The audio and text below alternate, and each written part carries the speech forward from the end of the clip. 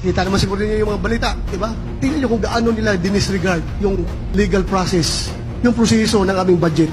At the opening of the Bicameral Conference Committee, since I was Vice Chairman, ay automatic membro ako ng BICAM because ako ang nag-sponsor sa budget ng DND, Armed Forces, PDEA, and other agencies.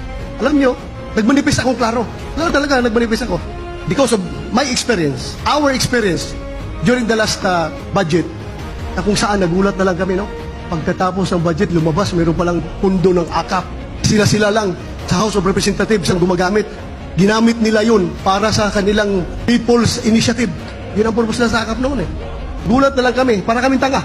Because of that experience, sabi ko, nag-manifest ako during the opening, sabi ko, Madam Chairman, may I manifest that before we sign the BICAM report, please give us ample time to scrutinize everything. Kasi nga, ang premise ko dyan, yung previous experience namin. Sabi ko, Madam Chairman, para hindi kami magmukhang tanga. Tahimik silang lahat. After that, sila nila nag-usap.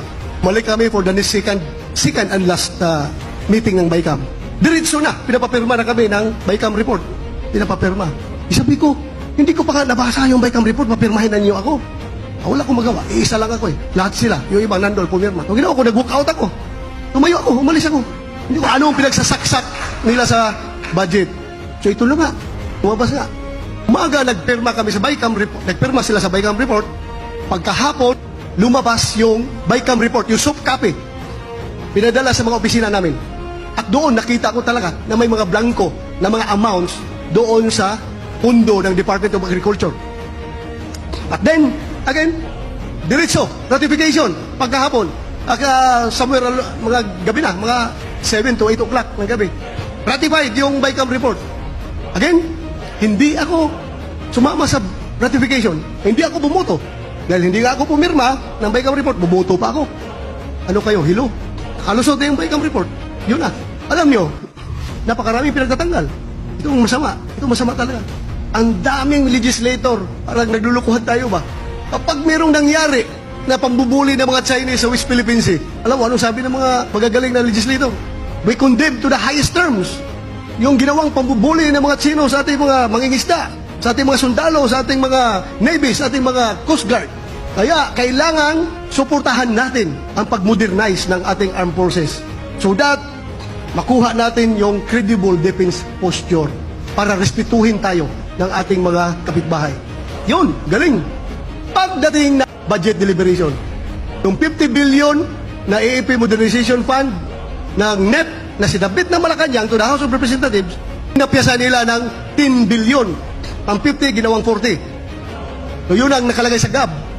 Pagdating doon sa Senado, since ako ang chairman, ako ang nag-defend yung budget na yan, kinausap ko yung chairman ng finance na si Senator Grace Poe. Hindi ko papayag na hindi natin ibalik yung budget na yan. Ibalik natin yung 10 billion. True enough. Nabalik namin ang 10 billion doon sa Senate version, 10 billion. Naibalik, 50 billion uli. Pag-akyat doon sa BICAM, paglabas sa BICAM, mas malaki pang tinapyasan ng 15 billion. O yun, nakakakalungkot. Iba ang sinasabi, iba ang ginagawa. Kaya kayong lahat nandito, please educate our voters.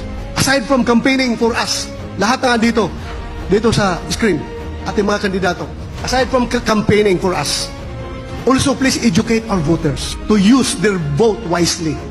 Bantayan ninyo yung mga politiko na ganyan. Ibang sinasabi, ibang ginagawa. Niluluko lang tayo.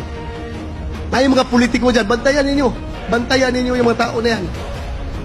Gamitin nila yung boto nila wisely. Dahil sa panahon lang ng halalan, tayo nagkakaroon yung pinaka-ordinaryong habal-habal driver dito sa downtown Davao City.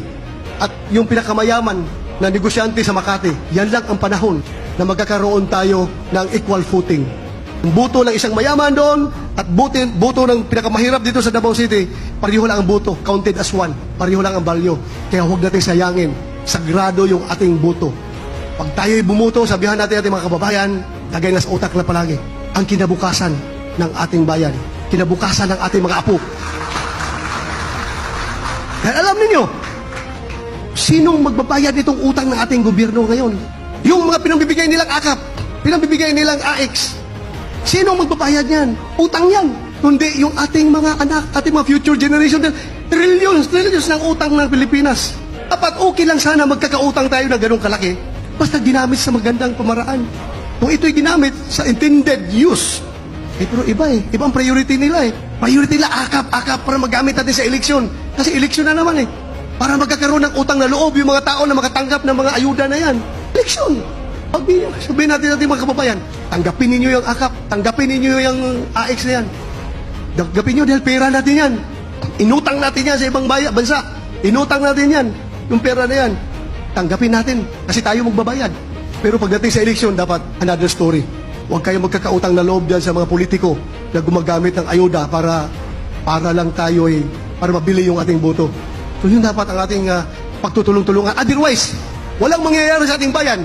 Iba naman kung pupunta tayo sa violent means. Kung gusto nating magbago, gusto natin ng radical means, gulo, kawawa ang ating bayan. So dito tayo sa pamamaraan na sana kung may tsansa pa, mabago natin ang kinabukasan ng ating bayan.